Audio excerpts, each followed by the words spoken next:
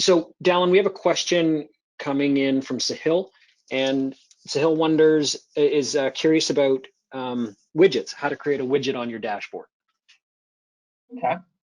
Yeah. It's actually very simple, very easy way to do that. So you'll start to see a bit of a theme here, but if I want to, edit something, usually I got to go here to the action tab.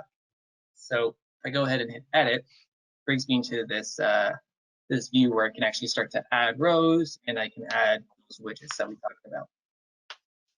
So I'm just going to quickly here add a row, and now we can go ahead and add a sugar dashlet. That's going to bring up this view here, which actually shows me the different dashlet options I have available. Some of these are, out of the box dashlets that are pretty static. They're going to report on specific details, and you don't have a lot of option to change that or customize that. But some, like the list view dashlet here, if I click on it, it's going to give me the option to kind of tailor what I want to see. But this is basically kind of like a glorified list view that you might see if I opened up, the leads or the opportunities. So for our purposes, I'm just going to go ahead and I'm going to report on contacts. You can see here the actual fields and the columns have actually changed there. And the stuff I want to report on, or stuff I want to actually view in this widget, is I'm just going to go with birthdays because we've already talked about that a bit already. So I think it makes sense. Let's just kind of continue down that path. So a lot of these other columns I don't really feel are relevant. I don't think I really need to look at them right now. So I can click this little text and that removes them from the view. If I remove one I didn't mean to, I can actually just click back into this bar, and you can see there's other fields I can add back in if I wanted to. Here we can actually see there's the number of columns that are being displayed. So by default, it starts with 5, but if I wanted to add more, I have that option. And then here are our filters. So filters are a way to kind of narrow down and specifically kind of pull in results, similar to you do with a report. But you're not going through the reports option this time. We're a bit more restricted with these options. But again, if you've created any filters on opportunities or contacts or accounts previously, you'd still actually have the option to view those filters or use those filters on this list view dashlet. Just to make things easy, I'm actually just going here and I'm going to say, show me any of the contacts that I had recently viewed. I'm going to go ahead and save. And there you can see these are actually the last 5 contacts that I had viewed or clicked into in Sugar. That's kind of one dashlet that we have available. I'll show you another one that's pretty common. It's actually the saved report dashlet that I have here, but I'm just going to remove that and kind of walk through the steps on how we could do that. Hey, Dallin, while you're setting that up, a question came in from Gene, and it kind of seems applicable here. What sort of out-of-the-box reporting does Sugar come with? Does it come with any A, and B, does Sugar come with any out-of-the-box reporting? Yeah. So yeah, out-of-the-box Sugar comes with a ton of reports. Ranging on reporting on opportunities to tickets, cases.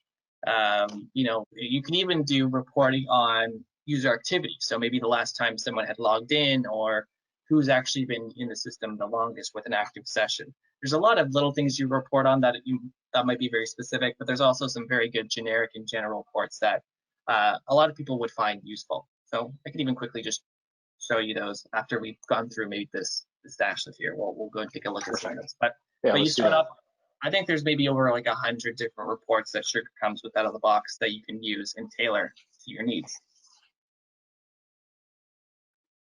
So, click on the Save Report dashlet. Now I get to go ahead and actually view some of the reports.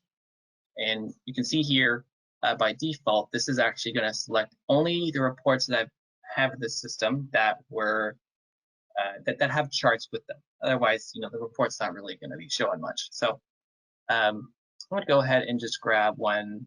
Let's say, let's say we'll do open cases by status. Click into that report, and now it's giving me some options here. So the one that we selected actually is a pie chart.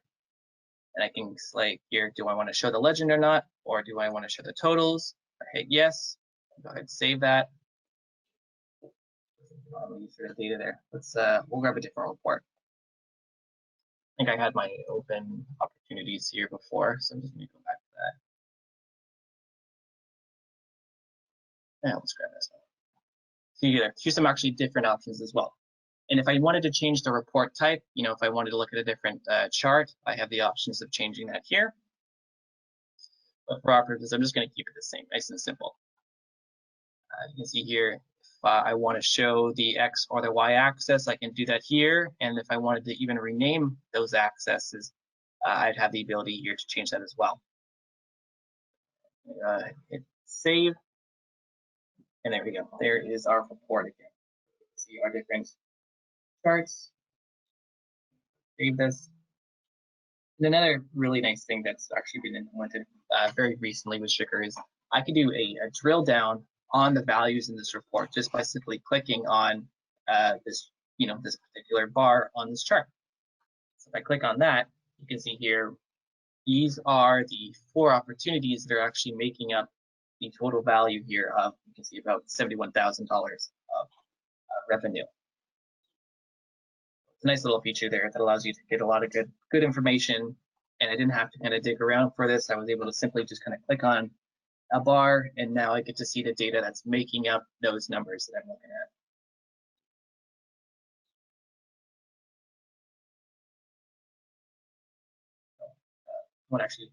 I'll jump over to the reports now since we've kind of done with this section, and I can show you some of these reports that come out of the box.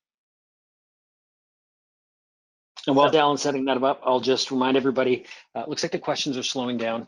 There haven't been too many, but I'll just remind everybody, if you have a question, please, you can ask it live or by raising your hand or on the chat facility. All right, so you can actually see here, these are, right now I'm in a demo environment. So a lot of these reports got generated, but a lot of these, again, would still be available to you out of the box. So this is a very stock instance.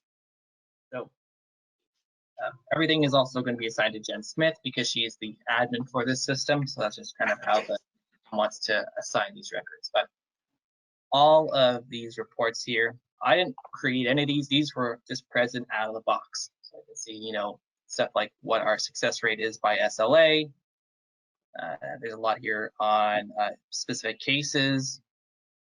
And so there's something maybe that's a bit more relevant to what we want to look at. If I click on here, this filters, I can actually say, I want to filter these based off the module. I just want to look at anything that is based off opportunities.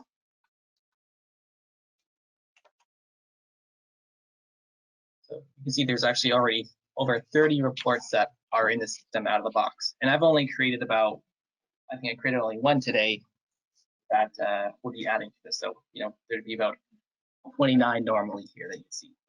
All of these were just generated out of the box. These are come with Sugar as soon as you purchase the product. So again, just for example, I can grab, total sales by quarter. This is a box or a report that Sugar has generated. I haven't done any work here, but it's again pretty helpful report that now I can get to see my total sales by the quarter. It's really good information with very little effort that I've needed to put in. Well, that's awesome. And each of these reports as well, referring back to the earlier question, you can copy these out of the box reports and then edit them and make them unique to your own particular needs and wants as well, correct? Exactly, yeah.